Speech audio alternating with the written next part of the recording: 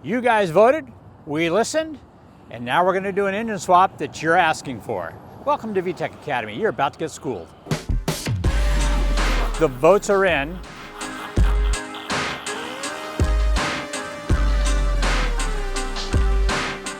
And we have a clear winner. The one you guys chose is K-swapping the Honda Fit. As a matter of fact, we had 400 votes, and this got over 1/4 of the votes, 104 I believe it was. And second came in the CRZ, then came the all-wheel drive RSX, then the J-Swap TSX, the manual conversion to the TSX, and last the TL. Now, this doesn't mean we're not going to get to the other cars. This just means this is what you want to see. This is what we're doing first. So we're going to do a K-swap in our Honda Fit. So I think one of the more interesting things about this is to check the performance before and after. This car is a popular car. It feels fairly quick and sporty, and it is a nice handling car as well. In fact, it kind of reminds me of Civics. The only difference being it's a lot taller, which only bothers me a little bit. In fact, as I get older, taller cars are a lot nicer. Anyway, I took it out for a quick test drive, and we did a little 8th mile acceleration test, and here are the results.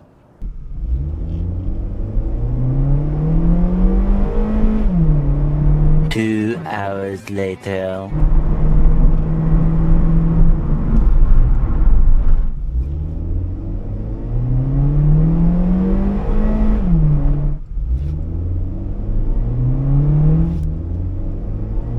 So we did a little bit of 8th mile acceleration testing. Now it's going to be interesting to compare the two. I think actually once the K-Series in here, we're going to have a little bit of a tire problem. I think it's going to very easily overpower the tires. But with this slush box automatic transmission, there was no tire spin whatsoever. So I took it for 4 runs.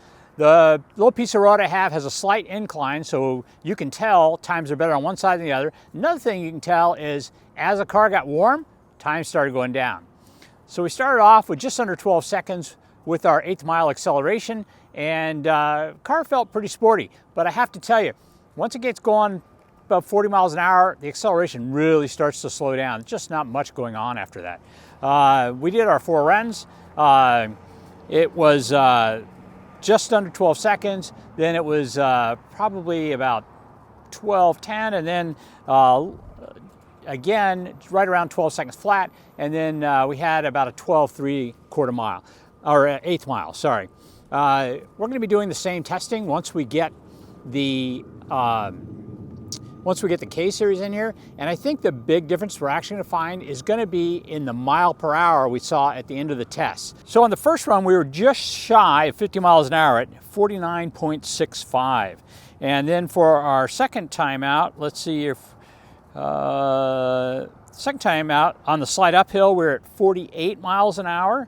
And then again, just shy of 49 miles an hour this time. And for our last one, we were about 47.5 miles an hour.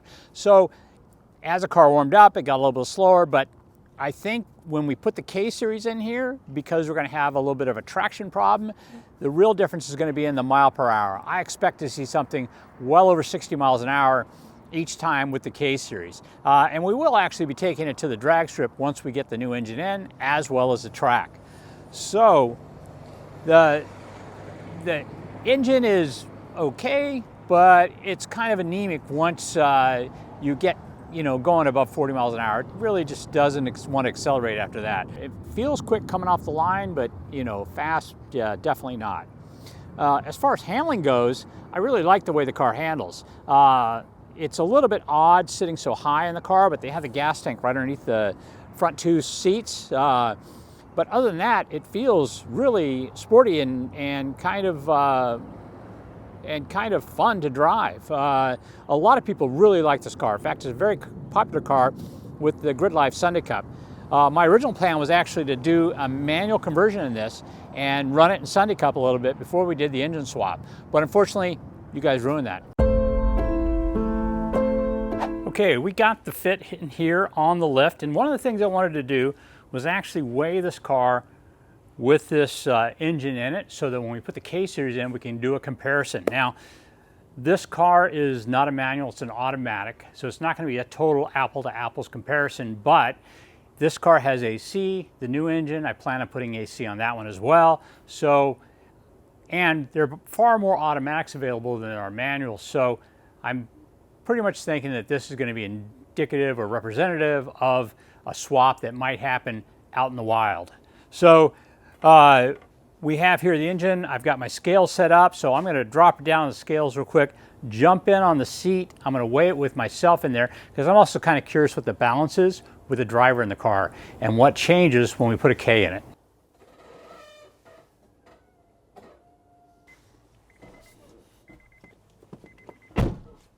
Okay, let's see what it is. Looking at the weights here, we had 912 pounds on the driver's side, 800 front driver's side. We had 830 pounds on the front passenger side, 538 on the rear driver's side, and 490 on the rear passenger side. So let's do some quick math and figure out exactly what that is, bias front and rear.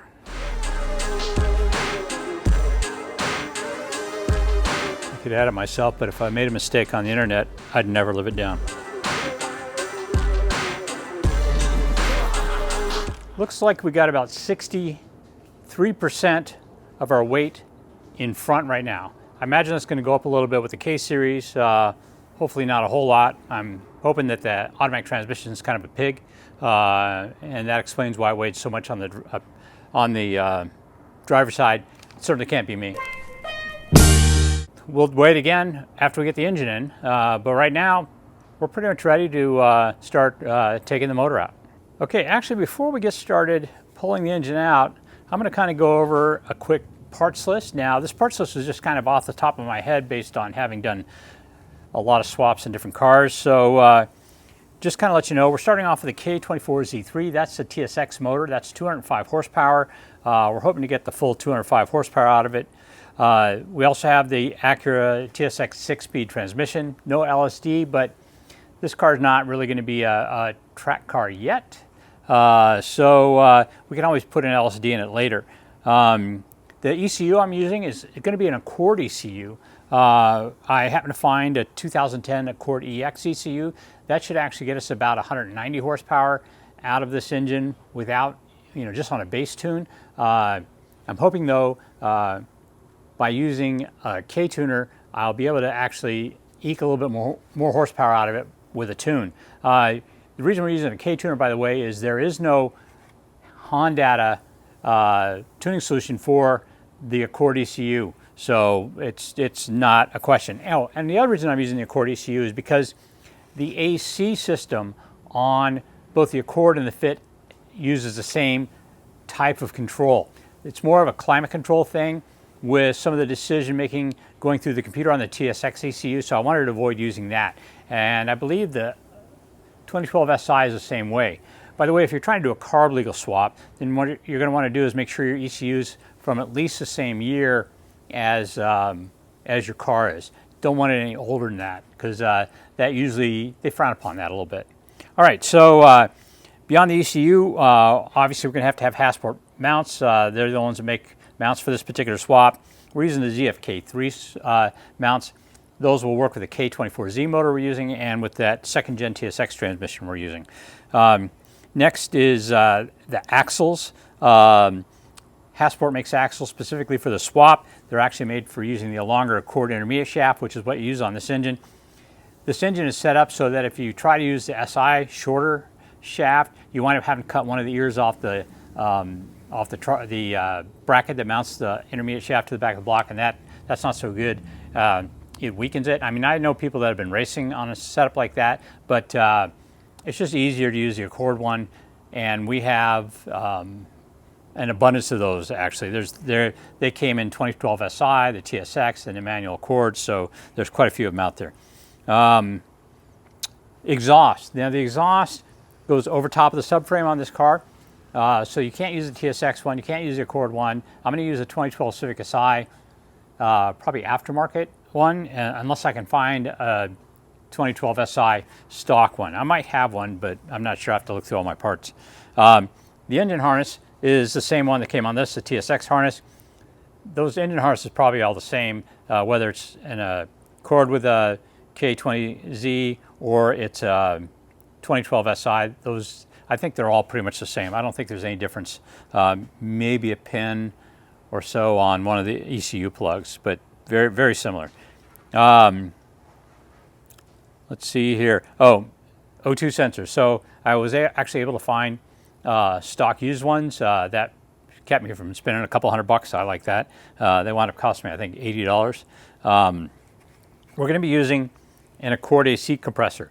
I'm not sure if it's different than the one from the TSX, but they're readily available. There's tons of those in the salvage yard, so I'm just going to use that. Radiator. I don't think I'm going to be able to use the stock radiator. I think the outlets are too small.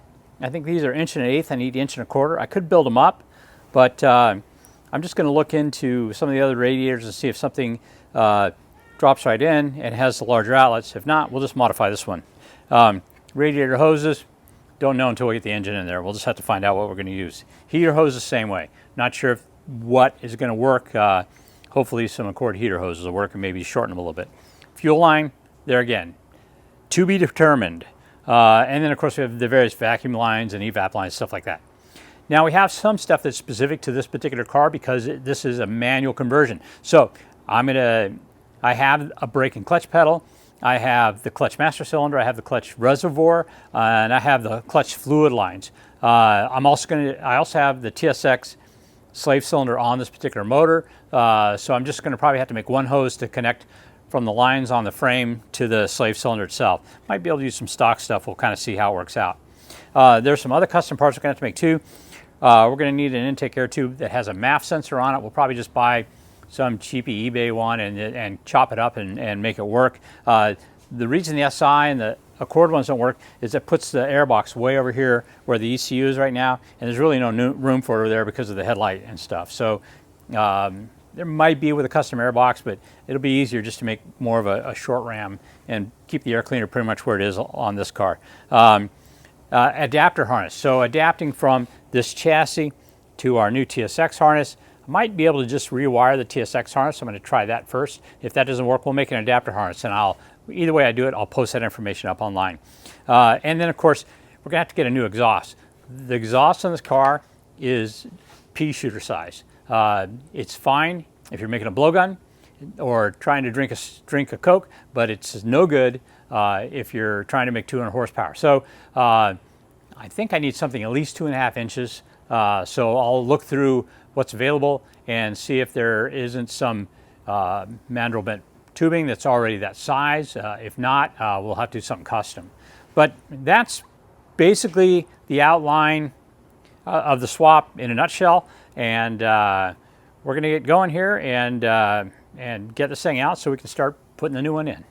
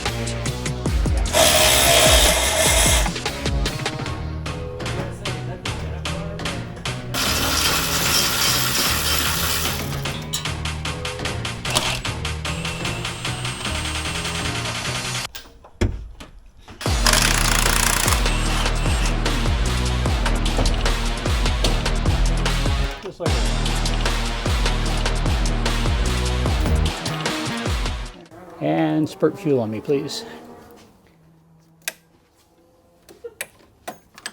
Got me on the second try. Well, I've already had AC discharge on us, coolant, Yeah. fuel. I got a little bit of training fluid on me. Whenever I find one I don't understand, I break the first one so I know how to disconnect the second one. We learned so much with this one genius hack. Oh, we used to break stuff all the time on my brother's car, and then we'd have to go to the junkyard after we learned what not to do.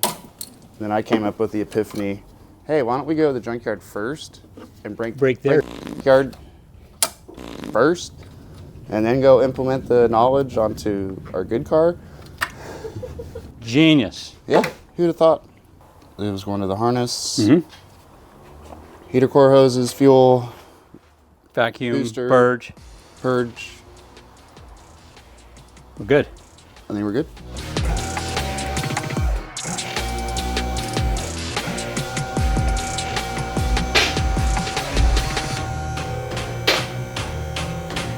That's the first time I pulled a fit engine. How about you? First time I pulled a fit engine. I learned a few things. What would you say is a tip that people should do? I already know one. Get a lift. Yeah. Pulling it out the top would have been difficult. Very much. Yeah. Very much. The cowl has to come off, and it's actually easier to probably disconnect the EPS lines from above than below. Oh, absolutely. And we had to pull the subframe in order to get out the bottom. If we were taking it out the top, we probably would have taken the condenser, the radiator, and still banged it up. And the roof, and took the cowl out, put the roof on the hood. I'm sorry, the hood on the roof. Very good. And we still would have struggled probably to get out I the think hole. we would have struggled. Yeah. It's pretty narrow up top. With these cross-member cars, a lift is the only way to go. Yeah. In my opinion. Yeah. I'll tell you something I find disappointing. See how these angle backwards? See how the core support angles backwards? That's just like the CRZ. That means it's going to need to be modified to run AC. So that's a pain in the ass. And that also means it would need to be modified to put a J in it, which I'm not really worried about right now. But if I make J mounts for CRZ, then they'll fit this too. Yeah, I mean, we could just go straight down and come to the front. So I don't know if I want to do that. I'll have to figure this out because I do want AC in the car. We do live in Phoenix, Arizona, Yeah, so I highly recommend air conditioning. Yeah, all right. But I guess we could put it off for a little while because we can always come back and cut this out from the outside of the car. We don't have to be inside the engine bay to cut it loose. Although I'm sure it'd be easier. And summer's right around the corner. Summer, what was it, 90 the other day? It's going to be 100 in another month. Well, fit is gone. They're here. The fit, new from Honda. The fit is go. Funny. I mean, if you account for the header, it's really like. Well, we got to. I know there would be a header on the K series, but Right. it's not grotesquely larger. What's funny is I think the Civic Si, 2012 Si header is very similar. It's got the cat coming down and then the pipe coming off like that does. To go over the cross member. To go over the subframe, yeah. I always thought they kind of went out more, but I don't think so. Obviously wider. That might almost be shorter. It could be. It's almost the same height with a, yeah, that looks like it might be about 2 inches shorter. Huh. Well, these things are pretty tall cars, so that's not going to be an issue. Question is, how high can I mount the engine now? Can I bring it up a little bit more? So when we took the subframe off, notice we just disconnected the lower control arms, just kind of pulled them out of the way. We didn't actually have to disconnect the lower ball joint. That made it a lot easier. That also means you can do it in a garage. You can just take the lower control arms, move them out so you can get your axles loose if you're in a garage taking out the top. And it will come out the top. The thing is that this is a narrow enough motor you can do that. I would suggest probably taking off the exhaust manifold just to free up some room. It doesn't matter. Never mind. Probably this bracketry back here. You can probably get it out the top. This is a narrow motor. Putting this one in though, that might be difficult. I think what I would do is I had to put this motor in through the top. I'd take off the intake manifold. I'd take off the alternator. Might even take off the water pump. That would make the engine narrow enough in the front. We could probably drop it in from the top. But luckily, we don't have to do that. All right, so we're going to go ahead and call it quits. It's about 3 minutes till 5. That's quitting time. time to go eat tacos, and we'll be back tomorrow to start prepping the engine bay to put this thing back in. All right, so another day. We're back in the shop working on the fit, and I was going to put the motor in, but in reality, we have something we have to do before that. We have to put in the manual conversion. So there's only really room for one person inside the engine or inside the driver's compartment there at one time. So I'm going to let Brian have at it. So we're going to, what we have to do is we need to pull the shifter mechanism, shift cable, and then we need to pull the pedal assembly. And then we need to figure out what to do about, about the clutch master and stuff. Are there holes? Are there not holes? Are there dimples in the firewall? Yeah, we have no idea. So Brian's going to do that. I'm actually going to go work on the Series E, and let me know what you find out. And but I'll just be right over there. Just be on my back for the next few hours, upside down. Upside down, cursing at a fit. Yeah, underneath the dash. All right, cool. I'm going to let you have at it. Yay.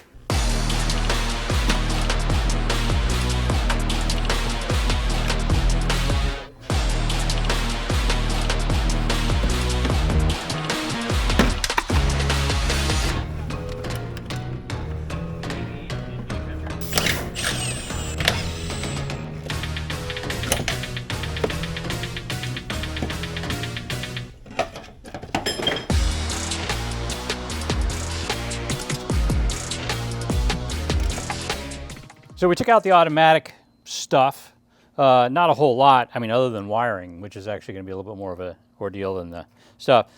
Anything in particular they got to work out when they're taking out the brake pedal? No, it was pretty straightforward. Actually, that was one of the easiest pedal assemblies I've ever took out. So it had the 4 bolts and then one on the top? 4 bolts, one on the top, and then one switch for the brake lamp and cruise control. Nice. Yeah. That's good. I probably spent longer getting the center console stuff out than the pedal. Yeah, I noticed you got the center console out too. Looks like the grommet's the same size, so it looks like we're just going to be able to place the same grommet in place. I'm hoping on that. Yeah, I mean, and lo and behold, when you climbed underneath the thing and looked up the dash, there were actual markings of where we're going to drill for our new clutch master. Yeah, that was a savior right there. That's a huge thing. It's going to be interesting to see if there's like double wall or anything, you know what I mean? Or maybe this sits off. Well, I guess maybe it just sits off. This'll line up on the bottom. Might have to drill 2 more holes, by the way. Ooh, I didn't look for any more bosses. Yeah, I'll take a look for that. I was trying to look at the CRZ and see how it was. Well, worse, you can bolt it in with this and then mark those, and then yeah, drill it. Because the master is going to locate it, so right, not a problem. Excellent. So old stuff is out, and next you got to put the new stuff in. We're going to go ahead and call it a day for this video. I actually have to get out the manuals and figure out what the wiring conversion needs to be for it, so we can have reverse lights and not extra wires inside the car that we don't need. And the clutch pedal, I want it to work. Clutch pedal and cruise control as well. Yeah, oh, and I got to disable the interlocks because there's no neutral park to put it in now to unlock the key, so it'll lock the key in when the battery's in. Mm-hmm. So we're going to work on that. I'm going to work on that while Brian works on installing all this stuff. So anyways, guys, thanks for joining us on another gripping, exciting episode of VTEC Academy. We're working hard on trying to get this done for you guys. You wanted to see the fit swap, and you're getting a bonus with the auto to manual conversion as well. So the next video will have to do with that specifically, so that can be like a standalone video for anybody who wants to do a manual conversion rather than just doing the K swap.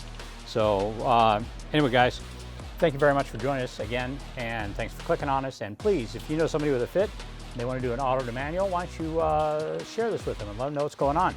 Also, if you know somebody who needs more power and who doesn't, why don't you please share this video with them as well. Thanks, Brian. Video number 2 coming up soon. Thanks for clicking on us.